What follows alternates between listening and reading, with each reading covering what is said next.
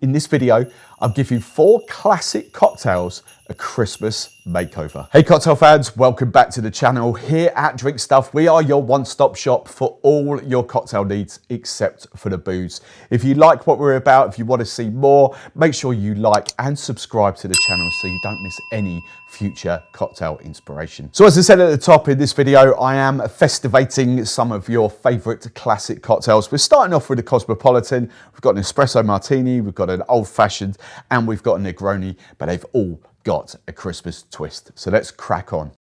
So for your first recipe, we are going for a Christmas or a festive Cosmo, kind of just flipping up the Cosmopolitan slightly. So the ingredients, I've gone raspberry vodka. You could, of course, use plain vodka, but I think the raspberry will add a nice touch. My orange liqueur, it's the only one I've really got at the moment, is Pierre Ferrand Dry Orange Curacao. Swap that out for like a Grand Marnier maybe, or you could go Cointreau, triple sec, it's up to you. I just kind of like the Curacao vibes a little bit more in this sort of cocktail, a little bit more orangey. So we've got the dry orange Curacao, we've got some lemon juice, we've got Mulled spiced red berry syrup. I've got the foamers because I've said it so many times, when we're using cranberry juice, I hate that sort of flat and limp and lifeless kind of finish to the cocktail. So a couple of drops of the foamers will give us a nice white frothy foam on top. And then I've just got, this is just Tesco's in the UK, but it's cranberry and raspberry juice. This is going to get served up in a martini glass or a coupe glass, which is freezing down beside me. So first ingredient, 50 ml double bubble of your vodka, 20 ml 2-0 of the dry orange Curacao, 10 ml of lemon juice. You don't need much of the red spiced red berries, so again another 10 ml of that. By the way, if you haven't seen these before, blueberries, red currants, raspberries, black currants in there. Have a look at a close-up, and then ginger, cinnamon, and nutmeg, and clove, I think it's gone into that. It's a lovely sort of syrup this time of year. 50 ml of the cranberry and raspberry juice, and then just 6 drops of the Magic Velvet foamers. Double strain into your favourite coupe or martini glass. Then to garnish, I'm just going to float a nice Frona dehydrated or dried orange on top.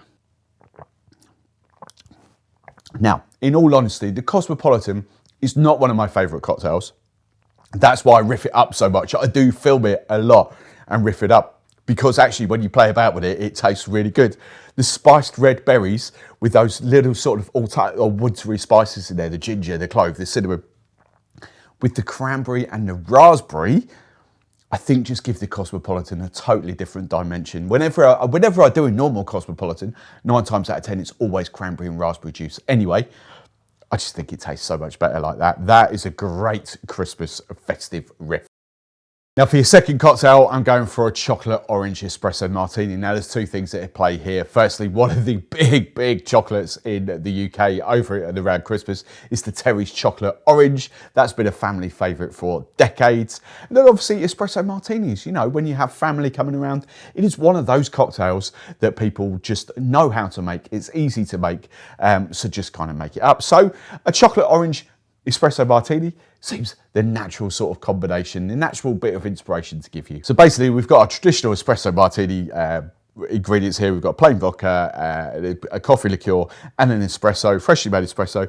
And then just to kind of give this a little bit of body, a little bit of depth, I've gone for some Monnin's chocolate syrup and some orange bitters. Now just to balance the sort of the syrup in there a little bit with the coffee liqueur, I'm going to adapt the ratio slightly to what you would normally do in an espresso martini. So going to stick with this, 30 ml of your vodka. And then I'm going to bring the Kahlua down to 15 ml of that. Might as well do the espresso while I'm here. 30 ml of espresso. I traditionally match espresso with the base booze. Now what I traditionally do is like 30 ml, 30 ml, 30 ml of those, but you just notice that I brought the Kahlua down to 15 ml. That's to allow a little bit of syrup, a little bit of extra sweetness. So 15 ml of the chocolate syrup. And in some cases, I might have even brought that down slightly, even further to like 10 ml, but I have got bitters here as well. So orange bitters, a couple of dashes, that'll give us the nice orangey, zesty vibe that we want, but it'll also give it a touch of bitterness to sort of tame out the syrup, just very slightly. And just double strain into your nice and frozen martini or coupe glass. And I think if ever I was going to use a dried orange, this would be the time. So I'm just going to put a Frona dried orange on top. It's not the first time I made that. It certainly won't be the last time. Again, you could riff that up with like an orange liqueur, like the Pierre Franc dry orange curacao that I had in the first cocktail. I just love the depth that those bitters give. Kind of, as I say, tames back this syrup and the liqueur just slightly. Not overly sweet at all. Fantastic chocolate and orange espresso martini.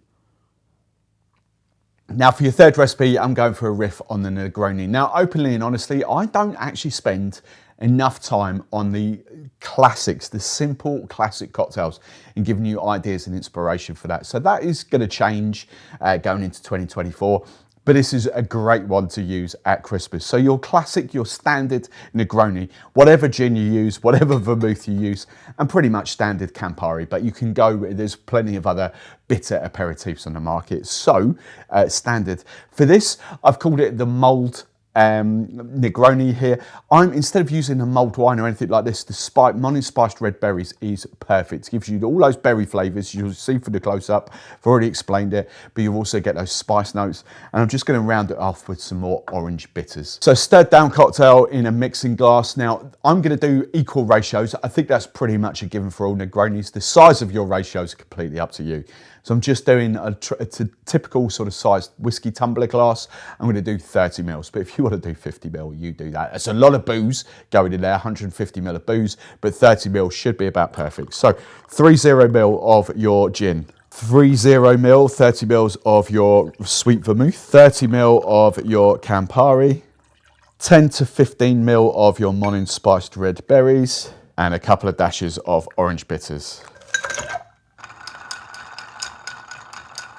Strain into your frozen tumbler over fresh ice.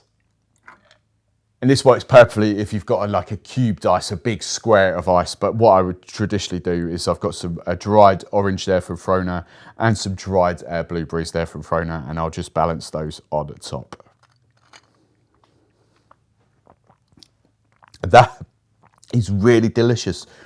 I'm not a huge Negroni fan. I've got to be really in the mood for it because it is quite bitter. There is no sweetener in there. But to put those spiced red berries, which is a little bit sweet, but it's got a little bit of tartness to it as well, with those sort of wintry spices, that's really delicious. You don't need much of it. I put 10 mil in.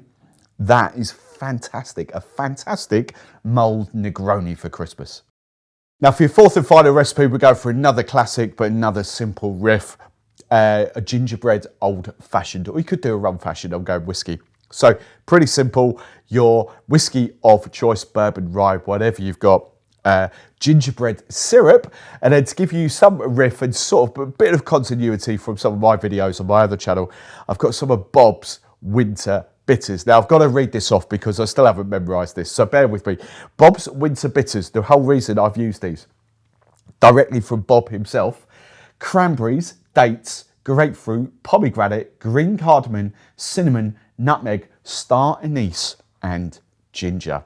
These seasonal bitters from Bob's are phenomenal and will work exceptionally well with the gingerbread syrup, whether you're doing rum or whiskey, it doesn't matter. So in your mixing glass, 50 ml double bubble of your whiskey of choice, 10 to 15 ml of the morning gingerbread syrup, and then I'm going to do a generous 2 pipettes of the Bob's Winter Bitters. And then once you've stirred down, just simply single strain it into a nice fresh glass over fresh ice. And again, why break a habit of a lifetime? Dried Frona orange as the garnish. There you go, gingerbread winter old fashioned. Honestly, that is fantastic. Whether you're a whiskey or rum drinker, the gingerbread in there, but those bitters just give you layers for days going on in that. Of course, it's a small drink. Up the ratios if you want. But that is a fantastic, slightly sweeter whiskey fashioned, if you like, old fashioned, gingerbread old fashioned with those bitters. Play about with different bitters, Angostura bitters, all that sort of stuff. That's fantastic. So as always, if you love these recipes, if you want even more, don't forget to like and subscribe to the channel as well. That will keep you in touch with everything we do here. But as always, let us know in the comments below, which one of these do you fancy rocking out this Christmas?